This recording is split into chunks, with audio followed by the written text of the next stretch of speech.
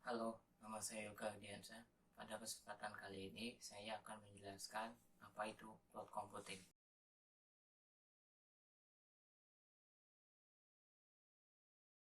Pengertian cloud computing. Cloud berarti awan, computing berarti komputasi. Cloud computing berarti gabungan pemanfaatan komputer dengan pengembangan berbasis internet atau awan. Para ahli mendeskripsikan cloud computing sebagai a style of computing where massively scalable IT-enabled capabilities are developed as a service to external customer using internet technologies. Sistem cloud bekerja menggunakan internet sebagai server dalam mengolah data. Sistem ini memungkinkan pengguna untuk menjalankan aplikasi yang dibutuhkan tanpa melakukan instalasi. Media penyimpanan data dan juga instruksi dari pengguna disimpan secara virtual, sehingga pengguna tidak akan terbebani dengan penggunaan memori atau tempat penyimpanan pada komputer. Setiap instruksi yang diberikan akan dilanjutkan ke server melalui jaringan ini. Salah suatu instruksi diterima oleh server, maka selanjutnya data akan diproses dengan penggunaan sistem yang satu ini. Maka semua instruksi yang diberikan oleh pengguna akan terintegrasi secara langsung. Tentu saja, proses integrasi dilakukan melalui sistem cloud computing. Dalam hal ini, proses integrasi dari setiap instruksi terjadi secara langsung dengan menggunakan komputer yang terhubung ke internet. Data yang ada di beberapa server diintegrasikan secara global tanpa Anda harus download beberapa software. Penggunaan sistem cloud tersebut pada perusahaan akan memberikan kemudahan bagi pengelola perusahaan dalam memberikan instruksi secara serentak dan terintegrasi tanpa melakukan media lainnya kecuali internet. Inti dari cloud computing adalah mudah berbagi, fleksibel, sesuai kebutuhan, dan infrastruktur yang dinamis. Secara cloud computing bisa dilihat secara cloud computingnya. Saya telah menampilkannya.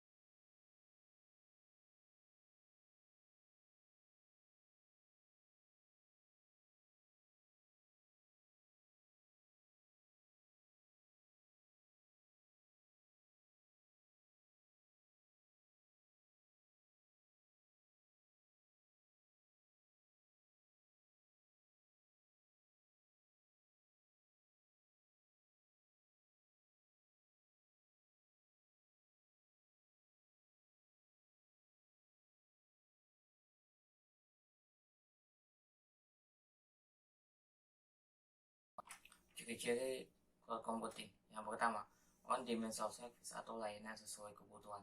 Pengguna cloud dapat mengatur sendiri layanan dipakai sesuai dengan kebutuhannya tanpa interaksi dari penyedia layanan. Contohnya menggunakan Gmail. Kita bisa menyimpan, memindahkan, menghapus email, dan sebagainya tanpa campur tangan penyedia cloud. Buat network access atau jaringan luas. Akses jaringan yang luas dan bisa diakses oleh berbagai jenis perangkat seperti smartphone, tablet, laptop, dan sebagainya. Contohnya Facebook Mobile yang bisa kita akses dari berbagai perangkat. Kasus pooling atau sumber daya terpusat. Sumber daya konfigurasi dari penyedia cloud harus memenuhi banyak pelanggan dan bersifat dinamis, tergantung kebutuhan pelanggannya. Contohnya Google menyediakan ratusan ribu server yang tersebar di seluruh dunia. Rapid elasticity atau fleksibel yang berulang. Kapasitas layanan bersifat fleksibel tergantung kebutuhan pengguna, sehingga pengguna cloud dapat dengan mudah meminta menaikkan atau menurunkan kapasitas layanan sesuai dengan kebutuhan. Jadi kapasitas layanan ini seolah tak terbatas, dan pengguna cloud dapat memilih dengan sesuai kebutuhannya setiap saat. Misal Office 365, kita dengan cepat mengubah layanan yang diinginkan dari small ke bisnis atau sebaliknya. Zero service atau pelayanan terukur. Sistem cloud menyediakan layanan yang dapat memonitor dan mengoptimalkan penggunaan sumber daya terhadap layanan yang dipakai. Misalnya, tempat penyimpanan, pemrosesan, bandwidth, dan akun pengguna yang aktif, sehingga pelanggan dapat memonitor sumber daya komputasi yang dipakai secara transparan antara penyedia layanan dan pelanggan. Misalnya Dropbox, kita bisa memantau space yang terpakai ataupun space yang masih kosong, mengetahui masa aktif lain dan sebagainya. Fungsi cloud computing. Yang pertama, mengizinkan pengguna untuk mendapatkan manfaat dari teknologi tanpa mengetahui lebih dalam tentang hal tersebut. Artinya, pengguna dapat lebih fokus mengembangkan bisnisnya tanpa perlu memikirkan teknologi karena telah ditangani kepada tim ahli. Virtualisasi. Yang kedua adalah virtualisasi. Perangkat lunak virtualisasi memisahkan perangkat komputer fisik menjadi satu atau lebih perangkat virtual yang masing-masing dapat dengan mudah digunakan dan dikelola untuk melakukan tugas komputasi. Dengan virtualisasi, sistem operasi yang pada dasarnya menciptakan sistem yang dapat diukur dari beberapa komputasi independen, sumber daya komputasi tidak digunakan, dapat dialokasikan dan digunakan lebih efisien. Virtualisasi memberikan kelincahan yang diperlukan untuk mempercepat operasi teknologi informasi dan mengurangi biaya dengan meningkatkan pemanfaatan infrastruktur. Komputasi otonom mengotomatisasi proses di mana pengguna dapat menyediakan sumber daya sesuai permintaan dengan meminimalkan keterlibatan pengguna. Otomatisasi mempercepat proses, mengurangi biaya tenaga kerja dan mengurangi kemungkinan kesalahan manusia. Komputasi awan menggunakan konsep dari komputasi utilitas untuk menyediakan metrik untuk layanan yang digunakan. Si awan mencoba untuk mengatasi QoS atau Quality of Service dan masalah dalam bodi komputasi grid lainnya. Kerja cloud computing adalah pertama dari user. Dari user yang terhubung ke internet lalu mengakses UI perangkat dan meminta proses computing. Setelah itu dari cloud computing mengirimkan kembali melalui internet ke user. Kita lihat ada tanda panah request dan ada tanda panah send. Struktur cloud computing. Yang pertama ada front end, merupakan tampilan pada bagian klien yang berupa aplikasi pengakses layanan pada perangkat yang digunakan. Yang kedua ada internet atau medium, merupakan penghubung antara backend atau komputasi awan dengan frontend atau klien yang berupa internet. Yang ketiga backend, merupakan bagian di mana berupa layanan komputasi. Yang pertama ada application. Application merupakan aplikasi layanan yang disediakan sistem komputasi. Yang kedua ada service, merupakan tipe layanan yang diakses user. Contoh umumnya adalah software as a service atau SAS atau cloud application service, merupakan layanan yang diakses langsung tanpa perlu menginstal aplikasi dan diakses melalui web browser. Contohnya ada Google Apps, Salesforce, Dropbox, Slack, HubSpot, Cisco WebEx, dan sebagainya. Yang kedua ada platform as a service atau PaaS atau cloud platform service mirip dengan S, tapi tipe layanan ini kita dapat membuat platform untuk pembuatan aplikasi dan mengaksesnya melalui internet tanpa perlu platform. Contohnya ada OpenShift, Magento, Commercial Cloud, Windows Azure, Fox.com, dan lain-lain. Yang ketiga ada infrastruktur as a service atau cloud infrastructure service, merupakan tipe layanan yang mengatur manajemen aplikasi data, infrastruktur, dan lain-lain. Contohnya ada AWS, Google Computer Engine, Cisco Metaverse, dan sebagainya. Runtime cloud. Terus yang selanjutnya ada storage, merupakan tempat atau media penyimpanan data. Infrastruktur. Di infrastruktur menyediakan layanan tingkat host, tingkat aplikasi, dan tingkat jaringan. Infrastruktur cloud mencakup komponen perangkat keras dan perangkat lunak seperti server, penyimpanan, perangkat jaringan, perangkat lunak virtualisasi, dan sumber daya penyimpanan lainnya untuk mendukung model komputasi awan. Selanjutnya ada manajemen. Manajemen digunakan untuk mengelola komponen seperti aplikasi, layanan, platform, dan penyimpanan infrastruktur dan masalah keamanan lainnya di backend dan membangun koordinasi dan mereka. Security keamanan. Security adalah komponen backend building komputasi awan yang menerapkan mekanisme keamanan di backend. Selanjutnya ada polisi. Apabila tidak ada polisi atau peraturan, maka user atau orang lain akan dengan senang hati dan semena-mena memanfaatkan service cloud computing untuk hal yang tidak diinginkan. Lalu ada standardization. Standardization apabila semua telah terpenuhi namun di bawah standar, maka tidak bisa dikatakan sebagai cloud computing yang baik. Selanjutnya, manfaat cloud computing. Yang pertama, investasi jangka panjang dan sekaligus menghemat biaya di bidang infrastruktur. Penghematan biaya akan pembelian inventaris seperti infrastruktur, hard disk, dan lain-lain akan berkurang dikarenakan pengguna akan dikenakan biaya kompensasi rutin per bulan sesuai dengan paket layanan yang telah disepakati oleh penyedia layanan cloud computing. Biaya royalty atas lisensi software juga bisa dikurangi karena semua telah dijalankan lewat komputasi berbasis cloud. Yang kedua, ada pengaturan yang mudah. Kamu bisa mengatur layanan computing dan menyelesaikan peraturan individual seperti memilih kata sandi atau memilih perangkat mana yang kamu ingin sambungkan ke jaringan dalam hitungan menit. Alur dan kerja sistem lebih efisien. Keuntungan soal penerapan cepat. Jadi, ketika memutuskan untuk menggunakan cloud, seluruh sistem bisa sepenuhnya berfungsi hanya dalam beberapa menit. Begitu juga jumlah waktu yang dibutuhkan sebenarnya tergantung dari teknologi apa yang digunakan. Ada yang dapat diakses mana saja. Cloud computing dapat meningkatkan mobilitas karena dapat mengakses dokumen dari perangkat apapun di belahan dunia manapun. Jika memiliki bisnis yang besar, berarti karyawan dapat bekerja dari rumah atau dalam perjalanan bisnis tanpa harus membawa-bawa dokumen.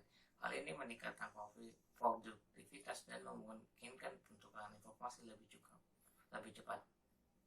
Karyawan juga dapat mengerjakan dokumen. Mudah memanajemen. Bisa mengatur layanan computing dan menyelesaikan pengaturan individual seperti memilih kata sandi atau memilih perangkat mana saja dalam hitungan menit. Selain itu, bisa mengatur agar data lebih mudah dicari serta tersusun rapi melalui layanan cloud computing. Penyimpanan lebih banyak. Sebelum teknologi berkembang pesat, memori dibatasi oleh perangkat tertentu. Jika kehabisan memori, kamu memerlukan drive USB untuk mencadangkan perangkat dan data. Cloud computing menawarkan peningkatan penyimpanan sehingga kamu tidak perlu kehabisan ruang pada hard drive. Lalu ada scalabilitas yang tinggi. Selain itu, pengguna dapat melakukan scale up tanpa perlu membangun infrastruktur yang besar dan dengan mudah meningkatkan atau mengurangi kapasitas penyimpanan tanpa membeli peralatan tambahan seperti hard disk atau menginginkan penambahan performa CPU serta RAM.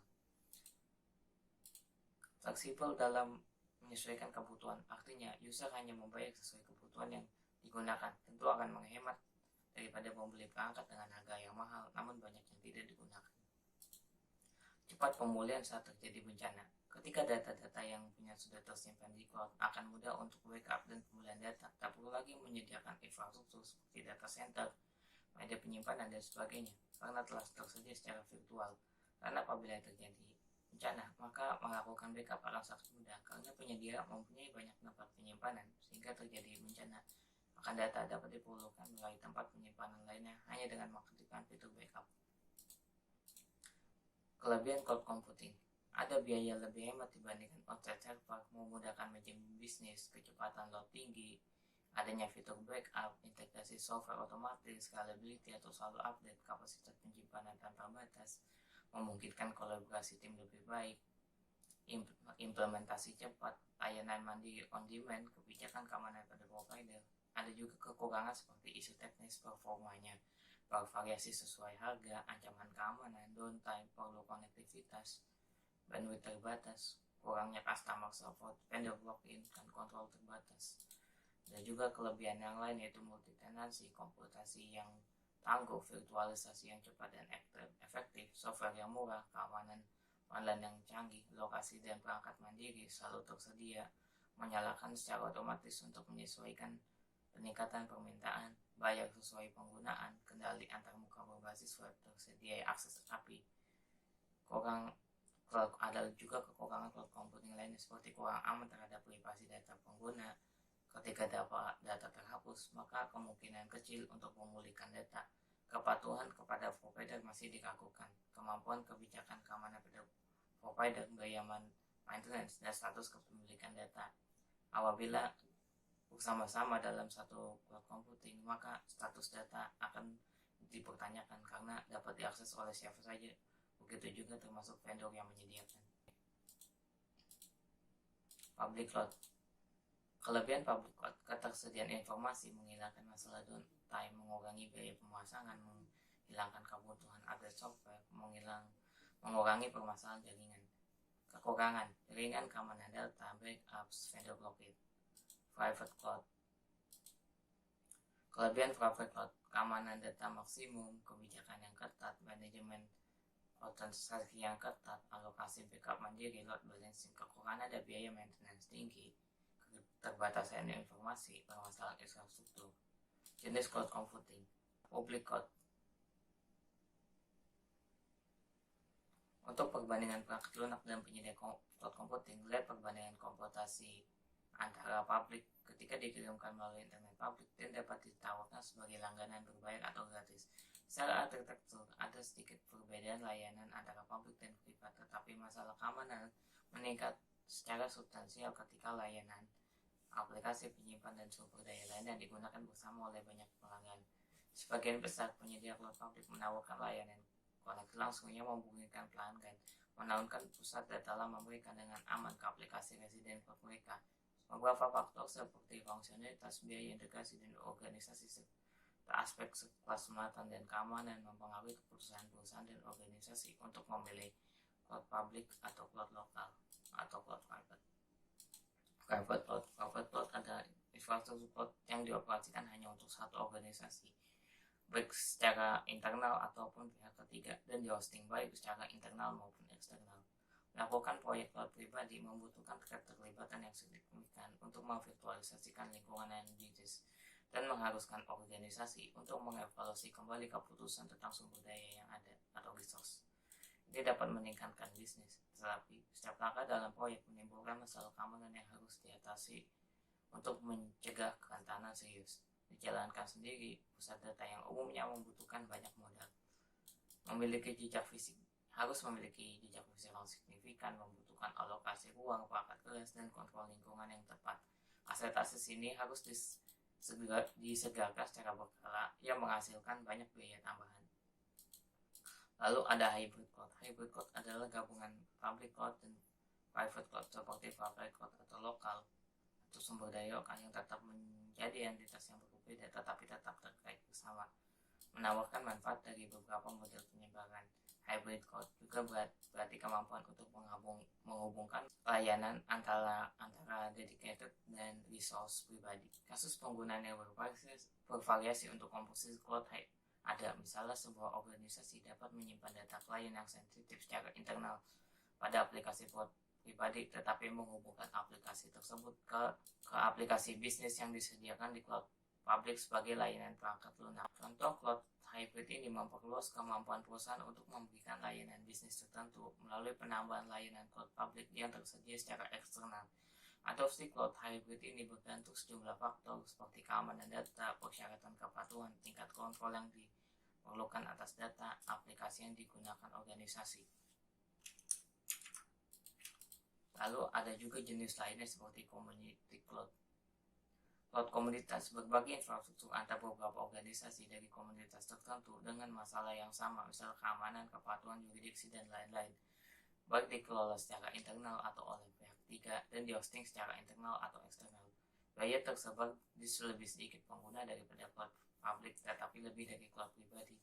Jadi hanya sebagian dari potensi penghematan biaya komputasi cloud yang direalisasikan. Lalu selanjutnya ada distributed cloud. Platform komputasi awan dapat dirakit dari satu set mesin terdistribusi di lokasi yang berbeda, terhubung ke satu jaringan atau layanan hub. Ada dua jenis distributed cloud. Yang pertama adalah public resource computing and voluntary cloud. Public resource computing, jenis cloud terdistribusi ini dihasilkan dari definisi komputasi awan yang luas atau cloud computing karena lebih mirip dengan komputasi terdistribusi daripada cloud computing. Meskipun demikian, ini dianggap sebagai subkelas cloud computing. Voluntary cloud dicirikan sebagai persimpangan komputasi sumber daya publik dan cloud computing, di mana infrastruktur cloud computing dibangun menggunakan sumber daya sukarela.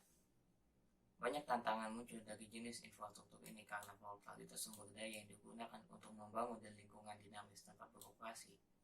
Ini juga dapat disebut awan peer-to-peer atau awan ad hoc. Upaya menegakkan tersebut adalah cloud at home, yang bertujuan untuk mengimplementasikan infrastruktur komputasi awan menggunakan sumber daya sukarela yang menyediakan model bisnis untuk mendorong kontribusi melalui restitusi keuangan. Selanjutnya ada multi-cloud. Multi-cloud adalah penggunaan beberapa layanan komputasi awan dalam arsitektur heterogen tunggal untuk mengurangi ketergantungan pada vendor tunggal, meningkatkan fleksibilitas melalui pilihan, mengurangi bencana, dan lain-lain. Ini berbeda dari cloud hybrid karena mengacu beberapa layanan cloud, bukan beberapa model penyebar oleh cloud. Polycloud mengacu pada penggunaan beberapa cloud publik untuk tujuan memanfaatkan layanan tertentu yang ditawarkan masing-masing penyedia. Ini berbeda dari multi-cloud karena tidak dirancang untuk meningkatkan fleksibilitas atau mengurangi kegagalan, tetapi lebih digunakan untuk memungkinkan organisasi mencapai lebih banyak yang dapat dilakukan dari satu penyedia. Big Data Cloud. Masalah mentransfer data dalam jumlah besar ke cloud serta keamanan data setelah data berada di cloud pada awalnya menghambat adopsi cloud untuk data besar, tetapi sekarang banyak data yang berasal dari cloud dan dengan munculnya server bare metal, cloud telah menjadi solusi untuk kasus penggunaan termasuk bisnis, analisis dan analisis geospasial. HPC Cloud. HPC Cloud mengacu pada penggunaan layanan dan infrastruktur komputasi awan untuk menjalankan komputasi kinerja tinggi HPC. Aplikasi ini mengonsumsi cukup banyak daya komputasi dan memori secara tradisional dijalankan pada klaster komputer. Pada tahun 2016, beberapa perusahaan termasuk RHPC, Amazon Web Services, Univa, Silicon Graphics International, Sabalco, Compot, dan Penguin Computing menawarkan komputasi kinerja tinggi. Penguin On Demand (POD) Cloud adalah salah satu layanan HPC jarak jauh non-virtual pertama yang ditawarkan dengan basis bayar sesuai pemakaian. Penguin Computing melanjutkan cloud HPC pada tahun 2016 sebagai alternatif dari EC2 Elastic Computing Cloud Amazon yang menggunakan mode komputasi tervirtualisasi. Jenis layanan cloud computing. Jenis layanan cloud computing. Yang pertama ada infrastruktur as a service. Mengacu pada layanan online yang menyediakan API tingkat tinggi dan digunakan untuk mengabstraksi berbagai detail tingkat rendah dan infrastruktur jaringan yang mendasarinya seperti sumber daya, komputasi fisik, lokasi partisi data, penskalaan, keamanan, cadangan, dan lain-lain. Hypervisor menjalankan mesin virtual sebagai tamu. Kumpulan hypervisor dalam sistem operasional cloud dapat mendukung sejumlah besar mesin virtual dan kemampuan untuk meningkatkan dan menurunkan skala layanan sesuai dengan kebutuhan pelanggan yang bervariasi. Linux berjalan di versi tertentu terisolasi dari satu kernel Linux yang berjalan langsung pada perangkat fisik. C-Group dan Namespace Linux adalah teknologi kernel langsung yang digunakan untuk mengisolasi, mengamankan, dan mengelola kontainer. Kontainerisasi menawarkan kinerja yang lebih tinggi daripada virtualisasi karena tidak ada overhead hypervisor. Cloud IaaS atau infrastruktur as a service sering menawarkan sumber daya tambahan seperti perpustakaan gambar di mesin virtual, penyimpanan blok mentah, penyimpanan file atau objek firewall, penyimpanan beban, alamat IP, jaringan area lokal virtual, dan bundle perangkat lunak lainnya. Menurut NIST, definisi cloud computing IaaS digambarkan sebagai di mana konsumen dapat menyebarkan dan menjalankan perangkat lunak sewenang-wenang yang dapat menjangkau sistem operasi dan aplikasi. Konsumen tidak mengelola atau mengontrol infrastruktur awan yang mendasarinya, tetapi memiliki kendali atas sistem operasi, penyimpanan, dan aplikasi yang digerakkan, dan mungkin kontrol terbatas dan komponen jaringan tertentu. Penyedia IaaS cloud memasuk sumber daya sesuai permintaan dari kumpulan besar peralatan mereka yang dipasang di pusat data. Untuk konektivitas area luas, pelanggan dapat menggunakan internet atau awan operator. Untuk menyebarkan aplikasi mereka, pengguna cloud menginstal gambar sistem operasi dan perangkat aplikasi mereka di infrastruktur cloud. Dalam model ini, pengguna cloud menambah dan melihara sistem operasi dan perangkat lunak aplikasi. Penyedia cloud biasanya menagih layanan IaaS berdasarkan komputasi utilitas biaya, mencerminkan jumlah sumber daya yang dikalkulasi dan dikonsumsi. Yang kedua ada platform as a service. Kemampuan yang diberikan oleh pada konsumen adalah menyebarkan infrastruktur cloud aplikasi yang dibutuhkan konsumen atau diperoleh, yang dibuat menggunakan bahasa pemrograman, perpustakaan, layanan, dan alat yang didukung oleh penyedia. Konsumen tidak mengelola atau mengontrol infrastruktur cloud yang mendasarinya termasuk jaringan, server, sistem operasi, atau penyimpanan, tetapi memiliki kontrol atas aplikasi yang disebarkan dan kemungkinan pengaturan konfigurasi untuk lingkungan hosting aplikasi. Vendor platform as a service menawarkan lingkungan pengembangan untuk mengembangkan aplikasi. Penyedia biasanya mengembangkan toolkit dan standar untuk pengembangan dan saluran untuk distribusi dan pembayaran. Dalam model platform as a service, penyedia cloud memberikan platform komputasi biasanya termasuk sistem operasi, lingkungan eksekusi bahasa pemrograman, database, server web, dan sebagainya. Program aplikasi mengembangkan dan menjalankan perangkat lunak mereka Di platform cloud, alih-alih langsung membeli dan mengelola bisa perangkat keras dan perangkat lunak yang mendasarinya dengan beberapa bahas. Sumber daya komputer dan penyimpanan yang mendasarinya menskalakan secara otomatis untuk menyesuaikan permintaan aplikasi, sehingga pengguna awan tidak perlu mengalokasikan sumber daya secara manual. Beberapa penyedia integrasi dan manajemen data juga menggunakan aplikasi khusus platform as a service sebagai model pengiriman data. Contohnya termasuk iPaaS dan DPaaS. iPaaS memungkinkan pelanggan untuk mengembangkan, menjalankan, dan mengatur aliran integrasi. Di bawah model integrasi iPaaS, pelanggan mendorong pengembangan dan penyebaran integrasi tanpa menginstal atau mengelola perangkat keras atau middleware apapun. DPaaS atau platform as a service, penyimpanan memberikan integrasi dan pengolahan data. DPaaS data platform as a service memberikan integrasi dan pengolahan data produk sebagai layanan terkelola sepenuhnya di bawah model DPaaS. Penyedia RaaS, bukan pelanggan, mengelola pengembangan dan eksekusi program dengan membangun aplikasi data untuk penggunaan pelanggan. Pengguna DPaaS mengakses data melalui alat virtualisasi data. Lalu ada function as a service atau serverless atau komputasi tanpa server. Komputasi as a server adalah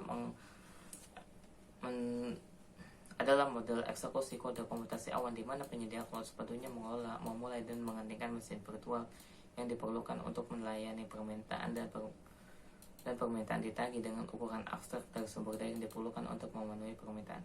Komputasi tanpa server dinamakan demikian karena bisnis atau orang yang memiliki sistem tidak harus membeli, menyewa, atau menyediakan server atau mesin virtual untuk menjalankan kode backend. Function as a service adalah panggilan prosedur jarak jauh yang di hosting layanan yang memanfaatkan komputasi tanpa server, memungkinkan penyebaran fungsi individu di cloud yang berjalan sebagai respon terhadap peristiwa. FaaS dianggap sebagian orang berada di bawah payung komputasi tanpa server, sementara sebagian lainnya menggunakan istilah tersebut secara bergantian. Lalu ada software as a service. Definisi dari NIST mendefinisikan perangkat software as a service sebagai layanan. Kemampuan yang diberikan kepada konsumen adalah dengan menggunakan aplikasi penyedia yang berjalan pada infrastruktur cloud. Aplikasi dapat diakses dari berbagai perangkat klien, baik melalui interface seperti browser web atau interface program. Konsumen tidak mengelola atau mengontrol infrastruktur cloud yang mendasarinya, termasuk jaringan server, sistem operasi, penyimpanan, atau bahkan kemampuan aplikasi, dengan kemungkinan pengecualian dari pengaturan konfigurasi aplikasi khusus pengguna yang terbatas. Dalam model perangkat lunak sebagai layanan, pengguna mendapatkan akses ke perangkat lunak, aplikasi, dan database. Penyedia cloud mengolah infrastruktur dan platform yang berjalan aplikasi. SaaS kadang disebut juga sebagai perangkat lunak sesuai permintaan, dan biasanya diberi harga berdasarkan bayar per penggunaan atau menggunakan biaya berlangganan. Dalam model SaaS, penyedia cloud menginstal dan mengoperasikan perangkat lunak aplikasi di cloud, mengakses perangkat lunak klien cloud. Pengguna cloud tidak mengelola infrastruktur dan platform cloud tempat aplikasi berjalan. Ini menghilangkan kebutuhan untuk menginstal dan menjalankan aplikasi di komputer pengguna cloud sendiri, yang menyediakan pemeliharaan dan dukungan. Aplikasi cloud berbeda dari aplikasi lain dalam skalabilitasnya, yang dapat dicapai dengan mengcloning tugas ke beberapa mesin virtual saat runtime untuk memenuhi permintaan pekerjaan yang berubah. Penyimbangan beban mendistribusikan pekerjaan melalui set mesin virtual. Proses ini transparan bagi pengguna cloud yang hanya memiliki satu titik akses. Untuk mengakomodasi jumlah besar pengguna cloud, aplikasi cloud dapat bersifat multitenant, artinya setiap mesin dapat melayani lebih dari satu organisasi pengguna cloud. Selanjutnya ada Mobile Backend as a Service atau MBS. Mobile Backend as a Service adalah model layanan untuk menyediakan aplikasi web dan pengembangan aplikasi mobile dengan cara menghubungkan aplikasi mereka ke penyimpanan cloud backend menggunakan API. Aplikasi backend juga menyediakan fitur seperti layanan pengolahan penggunaan, pemberitahuan push, integrasi dengan layanan jejaring sosial, layanan cloud antar muka, aplikasi pengawalan API, atau penggunaan software development kit SDK. BAS atau Backend as a Service adalah pengembangan yang relatif baru dalam komputasi awan. Meskipun industri ini baru lahir, tren menunjukkan bahwa layanan ini mendapatkan traksi yang mainstream. Aplikasi web dan mobile memiliki kesamaan fitur di balik layar atau backend, seperti pesan instan, integrasi sosial media, penyimpanan cloud. Tiap layanan tersebut masing-masing memiliki API yang harus dihubungkan satu persatu pada sebuah aplikasi. Proses tersebut dapat menguras waktu dan rumit bagi para pengembang. Penyedia layanan backend as a service memberikan jembatan front-end dengan cloud back-end melalui Unlimited API atau SDK. Salah satu contohnya adalah Firebase Google yang biasa digunakan oleh para aplikasi developer mobile. Layanan termasuk manajemen pengguna, pemberitaan. Lalu ada contoh infrastruktur as a service. Yang pertama ada Amazon Web Service, Google Cloud, Microsoft Azure, IBM Cloud, Digital Ocean, Full Stack. Lalu ada contoh function as a service seperti Amazon Lambda, Google Function, Microsoft Function, IBM Cloud Function. Lalu ada Apache OpenWish, Cloudflare Worker. Lalu di platform as a service ada Heroku, Elastic Beanstalk atau EC2 yang dimiliki Amazon, Red Hat OpenShift, ada Apache Stratos. Lalu contoh software as a service ada Zendesk, GitHub, Salesforce, Google Apps, DocuSign, Office 365. Lalu contoh mobile backend as a service ada Kuzel, Back4App, Build.io, Backend, Backendless, Parser yang telah ditutup, Firebase, Couchbase, Kinvey, AWS Amplify. Lalu konsep cloud computing yang serupa. Yang pertama ada client server model. Komputer client server mengacu secara luas ke aplikasi yang terdistribusi atau layanan yang dibagikan antara penyedia layanan server dan penerima klien. Komputer merupakan biro layanan yang menyediakan layanan komputer dari tahun 1960-an hingga 1980-an. Grid computing, sebuah bentuk komputasi yang terdistribusi secara paralel dan masing-masing sebagai komputer super serta virtual yang terdiri dari kelompok komputer yang terhubung secara berkaitan yang bekerja bersama-sama untuk melakukan tugas yang sangat besar. Fog computing merupakan paradigma komputasi terdistribusi yang menyediakan layanan data, komputasi, penyimpanan, dan aplikasi lebih dekat ke klien atau perangkat pengguna seperti router jaringan. Di sisi lain, fog computing menghandle data di jaringan yang berada di perangkat pintar dan klien pengguna, misalnya perangkat seluler, alih-alih mengirimkan data ke remote lokasi untuk diproses. Mainframe komputer merupakan komputer canggih yang digunakan terutama oleh organisasi besar untuk aplikasi penting. Biasanya, pemrosesan data massal seperti sensus, statistik, industri, dan konsumen, polisi, dinas intelijen rahasia, perencanaan sumber daya perusahaan, dan pemrosesan transaksi keuangan.